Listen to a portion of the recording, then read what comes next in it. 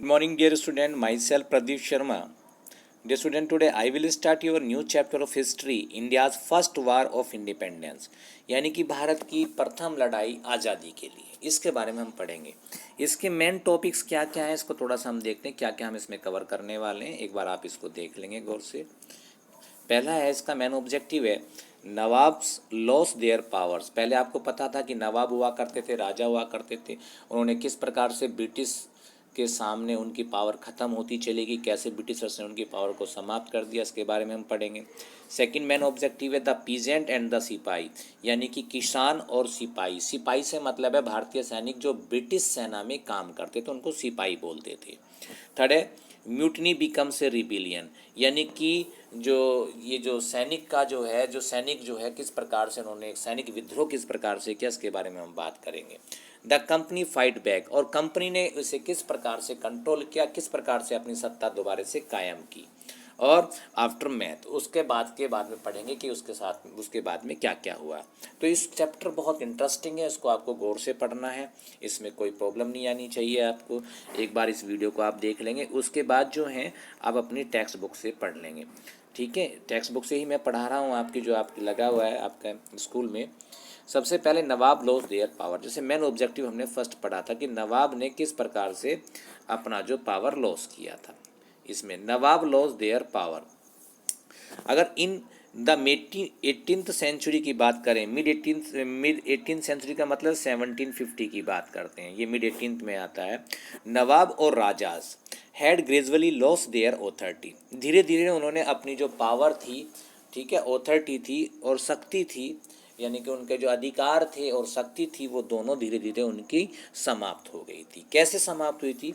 The Britishers stand residents, Britishers ने जो अपना एक रिप्रेजेंटेटिव यानी कि एक प्रतिवेदक उन्होंने कोर्ट में रखा था। किन के कोर्ट्स में? राजा या नवाब के में।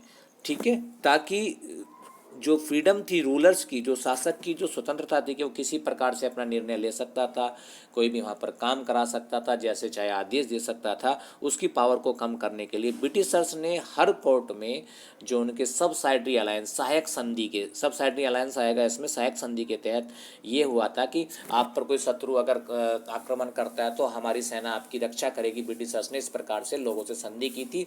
धीरे धीरे इसके सहारे उन्होंने अपना एक व्यक्ति उनके दरबार में छोड़ दिया। अब दरबार में जब अंग्रेज था तो जो भी राजा वहाँ जिसके दरबार में हुआ करता था, तो राजा अपने निर्णय नहीं ले सकता था। अगर वो निर्णय लेता था तो वो ब्रिटिश ईस्ट इंडिया कंपनी को बताता था, तो अगर वो निर्णय ब्रिटिश ईस्ट इंडिया कंपनी के फेवर में होता था तो वो ले लिया जाता था, वरना उसको मना कर दिया जाता था। तो इस प्रकार से आप देख सकते हैं किस प्रकार से नवाब और राजाओं की जो पावर वो कम हो गई थी। ठीक है, डिसबैंडेड देयर आर्म्ड फोर्सेस, और उनकी जो आर्म्ड फोर्सेस थी, जो राजा नवाब रखते थे, अपनी सेना रखते थे, उनको भी डिसबैंड कर दिया गया, उसको भी तोड़ दिया गया था। उनको ये बोला गया था कि अगर कुछ ऐसा होता है सॉरी, थोड़ा सा ऊपर बैठे हैं तो थोड़ा सा ठंड का माहौल है तो थोड़ा ये हो जाता है, तो उसके लिए माफ़ी चाहूँगा आपसे। ठीक है, तो उनकी जो सेना थी उसको भी डिसबैंड कर दिया गया था। टुक अवे देयर रिवेन्यूज़, दूसरी चीज़ उनको जो रिवेन्यू, जो वहाँ से उसके राज्य से जो उसको आय होती थी, जो इनकम होती थी, उससे भी उसको दूर रखा गया। बोला बस आप नाम मात्र के राजा रहिए, बाकी तो हम सब कुछ करेंगे। एंड टेरिटरीज, और उसकी टेरिटरीज भी वही निश्चित करते कि कितना किसका टेरिटरीज रहेगा। इसमें एक सबसे पहली बात बताएं आप, रानी लक्ष्मीबाई का आपने नाम सुना होगा, थोड़ा सा बड़ा कर देता हूँ इसको। ठीक है, इसमें क्या, Rani Lakshmibai try to negotiate with the company to recognise her adopt son as a heir to kingdom after the death of her husband. अब रानी लक्ष्मीबाई ने कंपनी से इस बारे में बातचीत की, क्योंकि जब उनके जो हस्बैंड है वो एक्सपायर हो गए, तो उन्होंने उससे पहले जो पुत्र को गोद लिया हुआ था, क्योंकि रानी लक्ष्मीबाई तो एकदम थोड़ा सा यंग थी, और जो उनके हस्बैंड थे वो काफ़ी एजड थे, तो उनकी मृत्यु हो गई थी, तो उनको कोई बच्चा था नहीं, तो उन्होंने पहले ही एक बच्चा गोद ले लिया था। तो अब जो कंपनी ने क्या एक नियम बनाया था कि भाई नहीं, गोद लिया हुआ बच्चा जो है वो राज्य का अधिकारी नहीं होगा। अगर आपका अपना ब्लड है तो राज्य का अधिकारी होगा, अदरवाइज नहीं होगा। रानी लक्ष्मीबाई ने कंपनी से बात की, नहीं भाई मेरे बच्चे को जो है मेरा तो गोद लिया बच्चा तो बच्चा ही तो है, तो आप इसको मान लीजिएगा। लेकिन कंपनी ने उस चीज़ को माना नहीं, ठीक है, उसके आइडियाज़ को उन्होंने माना नहीं। अब देखिएगा, सबके अपना अपना आपको पता चल जाएगा। अगर 1801 की बात करते हैं, सबसाइडरी अलायंस, एक सहायक संधि। सहायक संधि मैंने आपको पहले ही बताया था कि अंग्रेज़ों से सहायक संधि का मतलब क्या था कि अगर आप पर कोई आक्रमण करता है तो अंग्रेज आपकी मदद करेंगे, इसके बदले में आपको हमारा एक नुमाइंदा आपके दरबार में रहेगा, जो भी डिसीजन लेंगे आप हमसे पूछ कर लेंगे, ठीक है। रिवेन्यू भी पे भी उनका कोई अधिकार नहीं था, ना वो अपनी सेना रख सकता था। तो उसमें जो सबसे पहले जो ये अलायंस बनता था, एक समझौता बनता था, तो वो सबसे पहले कहाँ इम्पोज किया उन्होंने? अवध में किया, 1801 में। इसके बाद में क्या, 1856 में वाज टेकन ओवर। 1856 में उस पूरे को अपने अंडर में मिला लिया। सबसे पहले ये संधि लगाई 1801 में, और 1856 में पूरे अवध को ब्रिटिश कंपनी में मिला दिया। It was taken over in 1849 में बात करें, governor general Dalhousie decided to shift the family of Bahadur Shah Zafar out of Red Fort. Bahadur Shah Zafar belong करता था मुगल फैमिली से, अकबर की फैमिली से, बाबर की फैमिली से, हुमायूं की फैमिली से। तो वो कहाँ रहते थे? दिल्ली के रेड फोर्ट में रहते थे, लाल किले में रहते थे। तो 1849 में उन्होंने, जो गवर्नर जनरल था उस समय डलहौजी, तो उसने कहा नहीं, अभी जो इसका जो फैमिली है, मुगल जो फैमिली है, वो रेड फोर्ट से बाहर जाएगा, उनको शिफ्ट कर देते हैं, यहाँ से कहीं और शिफ्ट कर देते हैं, ठीक है। इन 1856 governor general Canning decided that Bahadur Shah Zafar would be the last Mughal.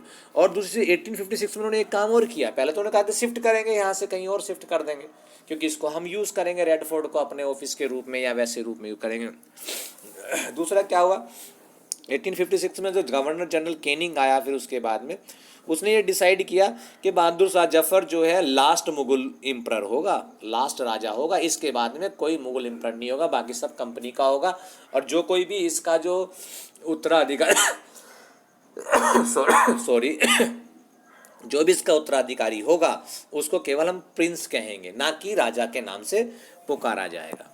तो पहली तो प्रॉब्लम ये होगी। तो इस प्रकार से धीरे धीरे धीरे धीरे राजा और नवाब अपनी पावर खोते जा रहे थे। अब उसके बाद आता है द पीजेंट एंड द सिपाही। पीजेंट से मतलब किसान, सिपाही से मतलब सैनिक। सैनिक कौन से? भारतीय सैनिक जो ब्रिटिश सेना में काम करते थे, ठीक है। इन द कंट्री साइड, गाँवों की बात करें, कंट्री साइड का मतलब रूरल एरिया से मतलब है। यहाँ पे कंट्री साइड का मतलब क्या है? रूरल एरिया से मतलब है। पीजेंट एंड जमींदार वर अनहैप्पी। जो किसान थे और जमींदार थे वो भी अनहैप्पी थे। कारण क्या था? High taxes, inflexible method.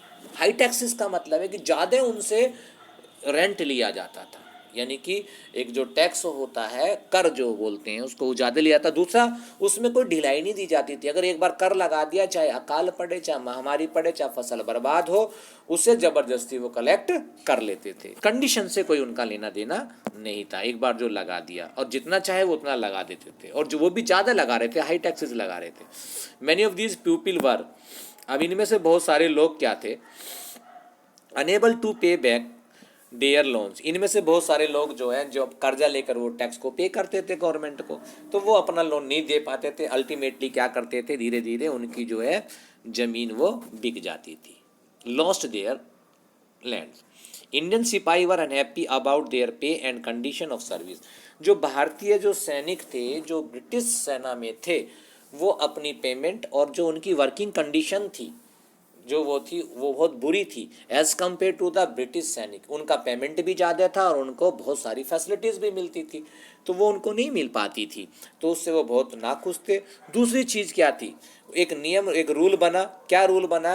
कि डेस्क्रेटेड देयर रिलीजन बिलीफ्स। दूसरी क्या था? वो उनके जो धार्मिक विश्वास थे, या अंधविश्वास बोलिएगा आप उनको, वो उनको भी नहीं मानते थे, उसको भी सम्मान नहीं करते थे, उसको भी रूडली वो लेते थे।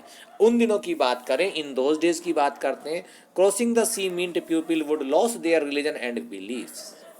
इसका मतलब उन दिनों में क्या एक अंधविश्वास था, क्या एक विश्वास था लोगों का कि अगर हम सी क्रॉस करेंगे तो हमारा धर्म खत्म हो जाएगा, हमारा धर्म भ्रष्ट हो जाएगा। सो वहन इन 1824 में, उसी समय 1824 की बात करें, 1824 में ब्रिटिशर्स जो बर्मा को अपने कब्जे में लेना चाहते थे, तो युद्ध छिड़ा हुआ था। तो जो भारतीय सैनिक थे उनको भी बोला गया कि हमारी तरफ से वहाँ जाकर लड़ो, ठीक है। तो भारतीय और तो वहाँ पे समुद्र, बर्मा क्या था, हमें समुद्र क्रॉस करना पड़ता था थोड़ा सा, ठीक है। म्यांमार की बात कर रहे हैं, जो आज की डेट में म्यांमार है, तो भारतीय सैनिकों ने मना कर दिया कि हम नहीं करेंगे, कि इससे तो हमारा जो है धर्म भ्रष्ट हो जाएगा। तो इसके बदले में उनको रूथली पनिशमेंट दिया गया, बहुत बुरी निर्दयता से उनको जो भी कड़ा दंड दिया गया। और लास्ट में एक नियम बनाया गया, कि क्या नियम बनाया गया आगे देखिएगा, कि company passed a new rule या लॉ, रूल या लॉ बोले, बनाया कि जो भी भारतीय ब्रिटिश सेना में काम करेगा तो उसको अगर कंपनी की बाहर समुद्र पे पार कर कर जाना पड़ेगा, दूसरे देश में जाना पड़ेगा, तो उसको लड़ना पड़ेगा। अब इसकी बात समझिएगा, हमारे यहाँ भी एक क्या था, पहले से ही हमारे यहाँ रहा कि जय जवान जय किसान, यानी कि कुछ बच्चे जो थे किसानों के भी वहाँ पर थे, किसानों के मोस्टली जाते हैं वहाँ पर, ठीक है। तो इससे जो किसान जो थे वो भी परेशान थे कि उनके साथ में अन्याय हो रहा था। तो इससे इस प्रकार से दोनों जो थे ब्रिटिशर से नाखुश थे। तो ये चीज़ हमने आपको बताई, इस पैराग्राफ को आप ढंग से पढ़ लीजिएगा, कोई प्रॉब्लम्स हो तो ज़रूर पूछिएगा। आज इतना ही, क्योंकि आज हमने आपकी शुरुआत की है काफ़ी दिनों बाद में। कोई प्रॉब्लम हो तो ज़रूर पूछिएगा। Have a nice day.